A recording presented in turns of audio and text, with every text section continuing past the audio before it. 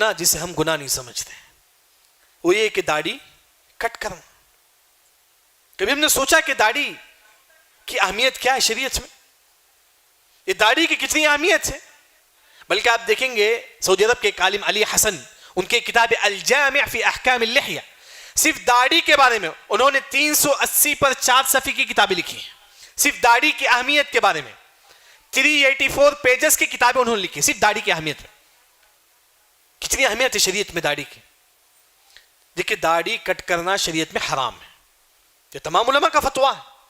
امام ابو حنیفہ، امام مالک، امام شافعی، امام احمد بن حنبل، تمام علماء کا فتویٰ ہے کہ داڑھی کٹ کرنا حرام ہے شریعت میں، حرام ہے. بلکہ آپ صلی اللہ علیہ وسلم نے فرمایا کہ احفو اللحا، اے لوگو تم داڑھی چھوڑو، وفروا اللحا، اے لوگو تم داڑھی چھوڑو، ارخو اللحا، اے لوگو تم داڑھی چھوڑو، اعفاء اللحیہ، یعنی کہ کئی حدیث میں آپ صلی اللہ علیہ وسلم حکم دیتی ہیں کہ اے لوگو تم داڑھی چھوڑو. داڑھی کٹ کرنا حرام ہے. کیوں؟ کیونکہ آپ صلی اللہ علیہ وسلم داڑھی چھوڑنے کا حکم دیتے ہیں. دوسری دلیل داڑھی کٹ کرنا شریعت میں حرام ہے وہ یہ کہ یہ جو مجوسی جو لوگ ہیں، یہ جو کافر، یہ لوگ داڑھی کٹ کرتے ہیں.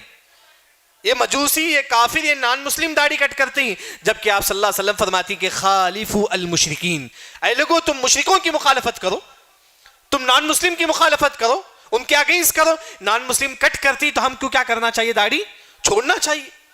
یہ دوسری دلیل ہے کہ داڑھی کٹ کرنا شریعت میں حرام. تیسری دلیل آپ صلی اللہ علیہ وسلم فرماتی ہیں کہ لعن اللہ المتشبہین من الرجال والنساء، ان لوگوں پر اللہ کی لعنت ہے جو مرد عورتوں جیسا بننا چاہتا ہے. اہل علم نے کہا کہ داڑھی کٹ کرنا عورتوں جیسا بننے کے برابر ہے، ایسے لوگوں پر بھی اللہ کی لعنت ہوگی، نعوذ باللہ. بات کڑوی لگتی ہے لیکن حق بات ہے، حق بات ہے. امام مقبل الوادی رحمہ اللہ کی جو کتاب ہے الاجابہ، اس میں ذکر کرتی ہیں کہ داڑھی کٹ کرنے والا مرد عورتوں کی طرح ہے، اللہ کی لعنت اس پر ہوگی، نعوذ باللہ. معمولی چیز نہیں ہے داڑھی کٹ کرنا، حرام ہے داڑھی کٹ کرنا. ایک اور دلیل آپ دیکھیے، عمر بن خطاب رضی اللہ عنہ پر ایک شخص آتا ہے، عمر بن خطاب رضی اللہ عنہ سے دیکھتے بھی نہیں ہیں، اسے بات بھی نہیں کرتے ہیں.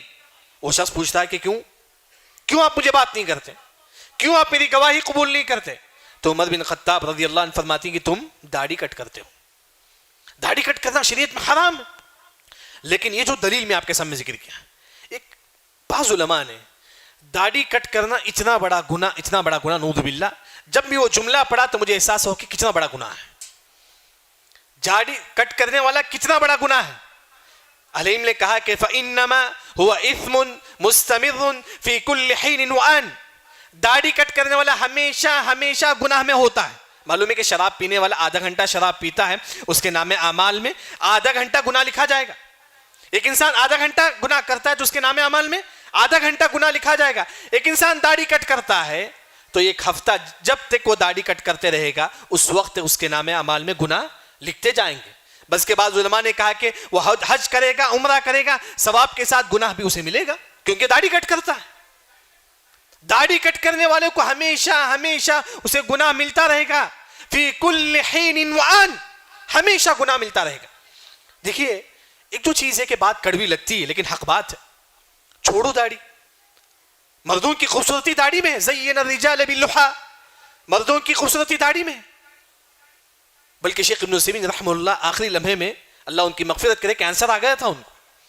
ڈاکٹروں نے کہا کہ آپ کو داڑھی کٹ کرنا ہے، آپ کو داڑھی ایک ایسا ماترا ہم دیں گے جس سے آپ کی داڑھی کے بال نکل جائے گی.